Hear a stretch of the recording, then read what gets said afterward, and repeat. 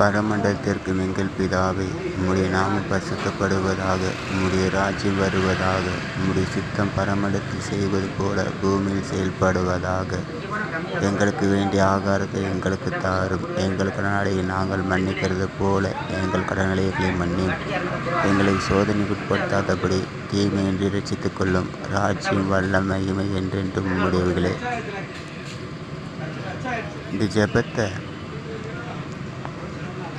சிஎஸ்சியில் எப்போதும் ஏறெடுப்பாங்க. ஏன் இந்த ஜெபத்தை ஏறெடுக்கிறாங்கன்னா,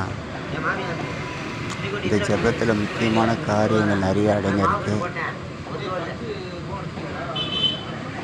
சில காரியங்களுக்கு மாத்திரம் சொல்லி இந்த ஜெபத்தை நான் முடிக்க விரும்புகிறேன்.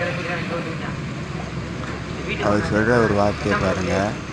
இந்த ஜெபத்தை எதுக்காக சொல்கிறாருன்னா, தன்னுடைய சீசரில் வந்து கேட்பாங்க, ஆண்டவரே, யோவான் தன்னுடைய சீசருக்கு ஜெபிக்க சொல்லித்தராரு, அதே போல் நீங்கள் எனக்கு ஜெபிக்க சொல்லித்தாங்கன்னுவார். அதற்கு தான் இந்த ஜெபத்தை சொல்லித்தராரு. எங்கள் கடனாளியில் நாங்கள் மன்னிக்கிறது போல்.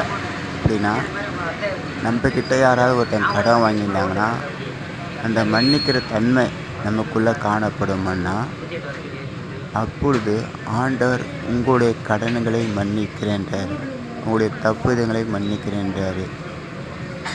உங்களுடைய செயல்பாடு, நீங்கள் என்னென்ன காரியங்கள் தவறான காரியங்கள் செயல்பட்டிருப்பீங்களோ அதுக்கு மன்னிக்கக்கூடிய கிரியை இருக்குது என்று ஆண்டவர் வெளிப்படுத்துகிறார்.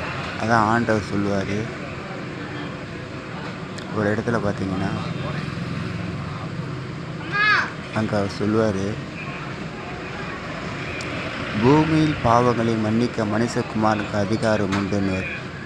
அதை கேட்ட வேதப்பாரகர் பரிசேயர், இவர் எப்படி மன்னிக்க அதிகாரம் எனக்கு இருக்குன்னு சொல்லுவார்? தேவனை தவிர ஒருவருக்கும் இந்த அதிகாரம் இல்லையே, தன்னை தேவனுக்கு சமமாக தன்னை காண்பிக்கிறாருன்னு வேதப்பாரகர் பரிசேயர் கோபம் வரும். ஆனால் இந்த கீழே ஒரு வசனத்தை சொல்லிட்டு பாருங்க, எங்களை சோதனைக்கு உட்படுத்தாதபடி. அப்படின்னா, ஒரு மனுஷன் சோதனைக்கு உட்படுத்தாதபடினா, ஒரு மனுஷன் சோதிக்க ஆண்டவர் அனுமதி கொடுக்கும்போது அவன் சோதிக்கப்படுறான்றது தெளிவாக ஆண்டவர் வெளிப்படுத்தி காண்பிட்டார். யோபுக்கு ஒரு சோதனை வரும், அதை ஆண்டவர் அனுமதிப்பார். அதே போல் யூசுப்புக்கு ஒரு சோதனை வரும், அதை ஆண்டவர் அனுமதிப்பார். யூசுப்போட வாழ்க்கையில் பாருங்கள், மிகவும் அழகாக இருப்பான், திறமைசாலியாக இருப்பான், ஞானவனாக இருப்பான். அப்படி இருக்கும்